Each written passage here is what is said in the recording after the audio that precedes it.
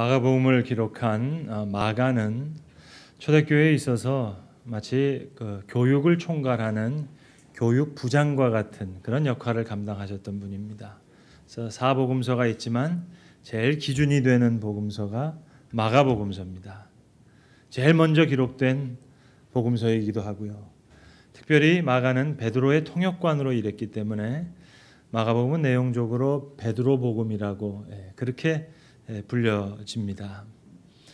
그러니까 여러분 성경을 보실 때 모든 성경을 다 보시면 좋겠습니다만 그렇지 못할 경우에 마가복음을 뼈대로 해서 아예 통째로 처음부터 끝까지 좀 통달할 정도로 수십 번 읽으시면 좋겠습니다.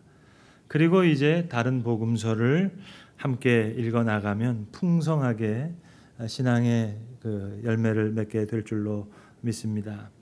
그래서 이 마가복음은 분량적으로는 사복음서 중에서 제일 작지만 내용적으로는 아주 단단합니다. 아주 단단한 복음이라고 할 수 있어요. 그래서 문장 하나, 단어 하나 허투루 이렇게 흘려버릴 것이 하나도 없는 그런 복음서라 하겠습니다. 오늘 우리가 짧은 본문을 읽었습니다만 사실 마가는 이 본문을 통해서 부활에 대한 이야기를 다 하고 있습니다. 마가는 부활에 대해서 증명하려고 들지 않습니다. 오히려 사람들이 부활을 믿지 않았다. 이것이 마가가 증언하는 부활의 증언입니다. 8절에도 보시면 빈 무덤을 찾았던 여인들이 몹시 놀라 떨며 나와 무덤에서 도망하여 무서워했다. 아무에게도 아무 말도 하지 못하더라. 이것이 마가의 기록입니다. 11절에도 막달라 마리아가 가서 예수와 함께하던 사람들이 슬퍼하며 울고 있는 중에 이 일을 알림해 그들은 예수께서 살아나셨다는 것과 마리아에게 먼저 보이셨다는 사실을 듣고도 믿지 아니하더라.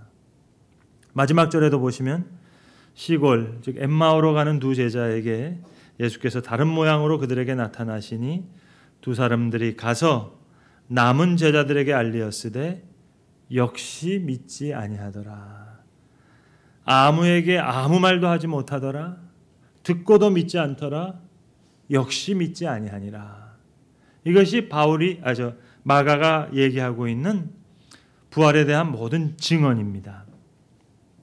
다음 주 제가 연세대학교 체프를 이제 설교를 하게 되겠는데 오늘 설교를 그대로 할 겁니다. 몇 가지 차이가 있는데요.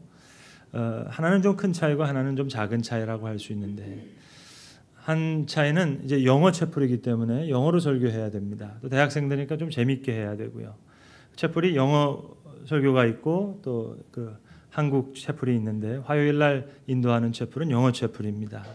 그게 하나 큰 차이고 또 작은 차이가 하나 있는데 몽고하니 2교시, 3교시 두 번 설교합니다. 그러니까 한 번에 한 1,200~300명 되는 학생들이 들고 나오기 때문에 시간을 잘 지켜야 돼요. 그러니까 설교, 성경 봉독, 찬송, 기도 다 앞에서 한 교시에 딱 끝나야 됩니다. 그래서 학교에서 아예 규정으로 정한 게 있어요. 이메일로 보내왔어요. 성경 봉독은 3절만. 넘어가면 안 됩니다. 그러니까 여러분 제가 뭐라고 본문을 정해줬겠습니까? 8절, 11절, 13절 그걸 읽어주세요. 아무에게 아무 말도 하지 못하였더라. 듣고도 믿지 않더라. 역시 믿지 아니하니라. 저는 어머니 뱃속에서부터 교회를 다녔던 사람입니다. 그러니까 교회를 중심에서 살았죠. 다녔던 초등학교도 서울 영락교에서 세운 대광초등학교였습니다. 그러니까 집에서나 교회에서나 학교에서 매일 기도하며 하루 일과 시작하고요. 매주 체프를 드립니다. 그러니까 봄 소풍은 주로 수요일에 있는 영락기도원을 갑니다.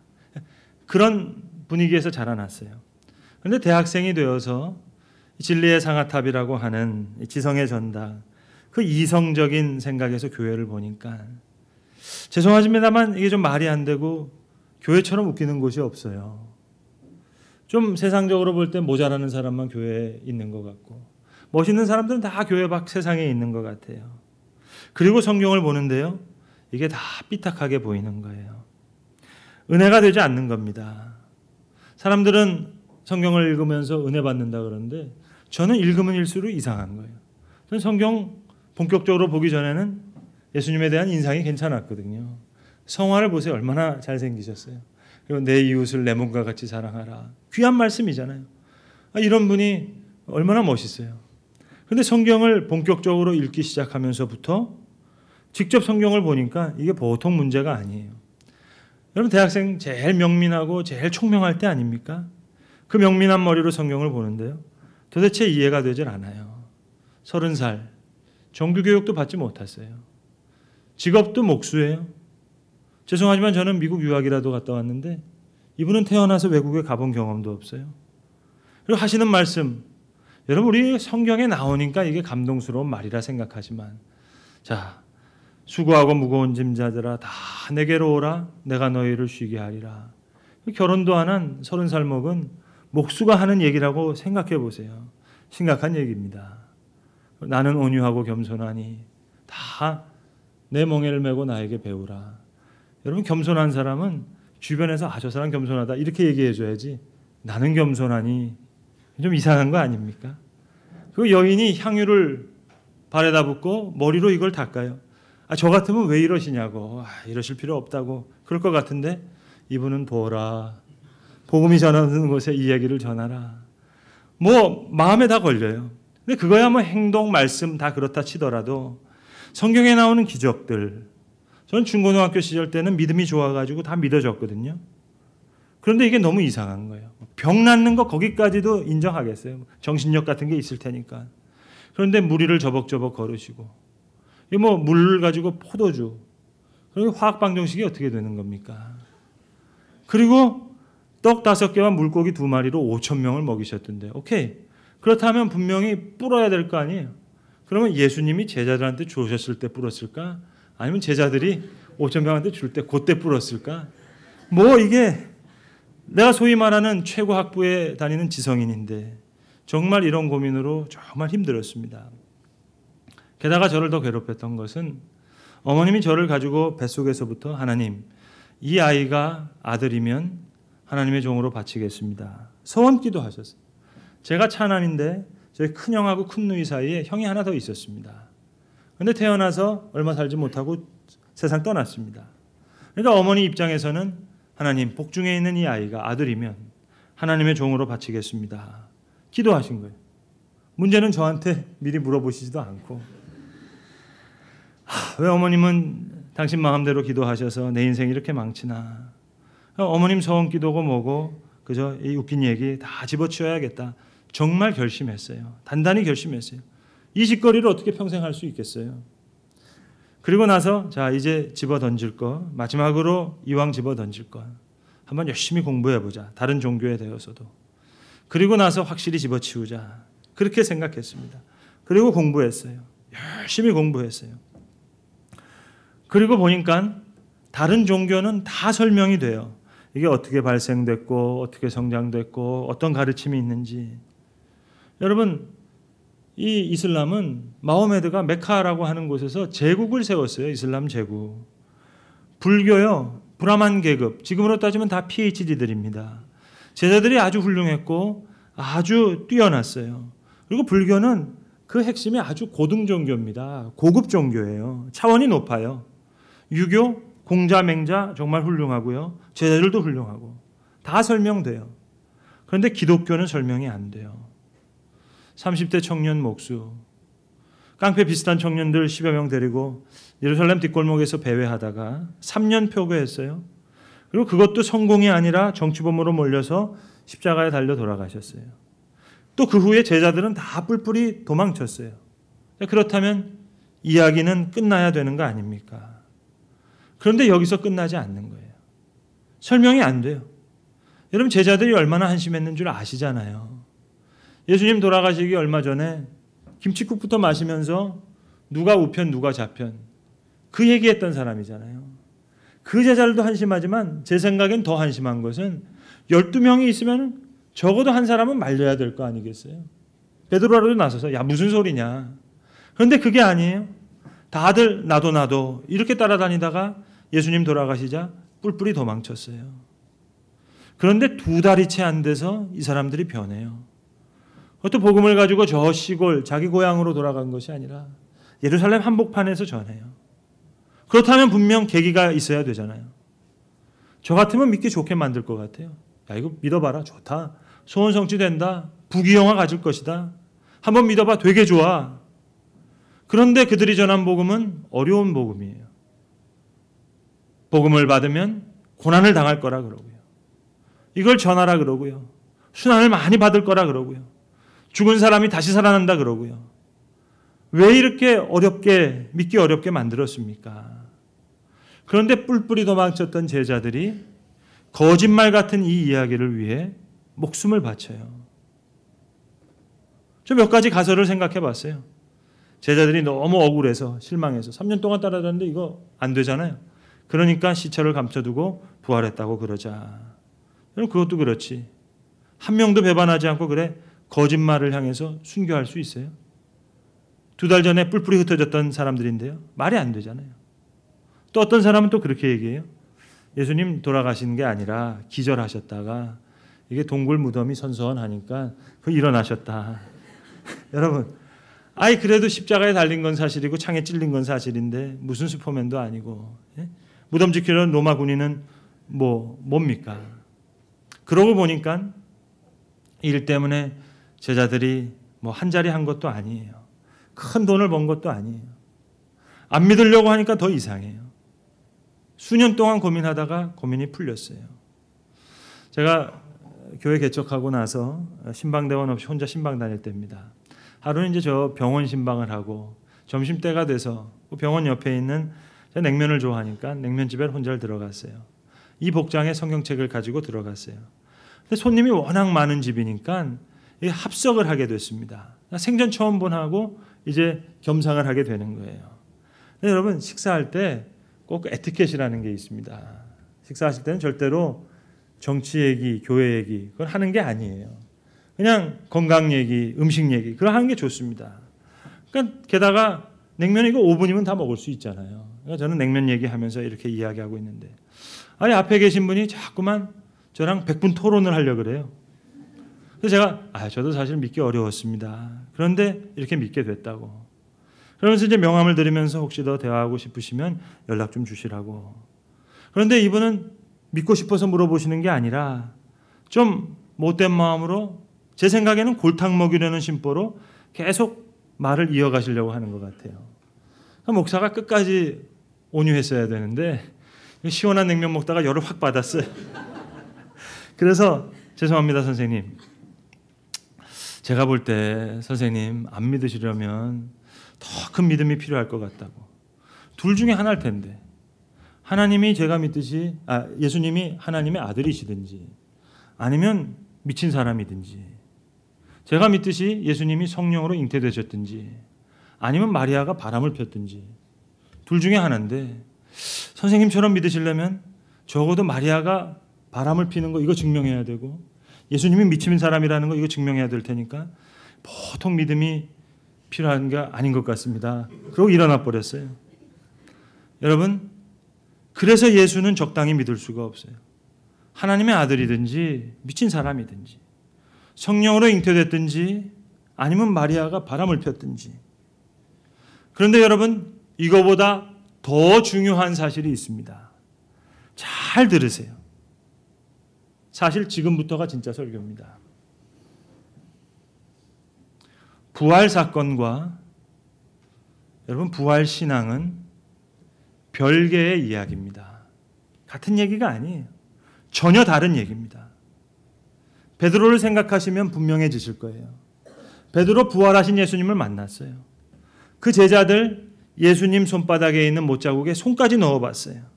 확실히 봤죠. 경험했죠. 그런데 부활하신 예수님을 보고도 갈릴리로 가서 물고기 잡으러 갔습니다. 부활의 사건이 저들에게 아무런 영향을 주지 못했어요. 부활하신 예수님 분명히 만났어요. 못자국도 직접 봤어요. 부활 사건을 경험했어요. 그러나 그건 객관적인 사건으로 남았어요. 역사적인 사건으로 남았을 뿐이에요. 그들에게 아무런 영향을 미치지 못했습니다. 깊이 생각하셔야 합니다. 마가의 다락방에서 비로소 오순절 성령의 역사 가운데 비로소 저 역사적이고 객관적인 사건이 비로소 그들의 삶에 부딪혀서 신앙 사건이 됩니다. 대단히 죄송한 말씀을 드립니다. 부활 사건과 여러분의 신앙 사건은 별개의 얘기예요. 전혀 다른 이야기예요. 착각하지 마세요. 전 지금 여러분에게 대단히 죄송한 말씀을 드리고 있는 겁니다.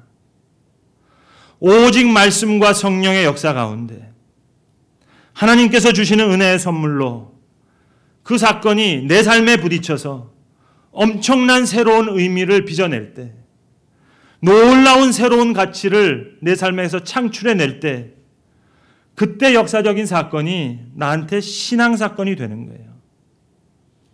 부활 사건이 믿어지고 이것이 내 삶의 신앙 사건이 되니까는요, 못 참겠어요. 목사 되는 정도가 아니에요. 목숨이라도 내놓고 싶어요.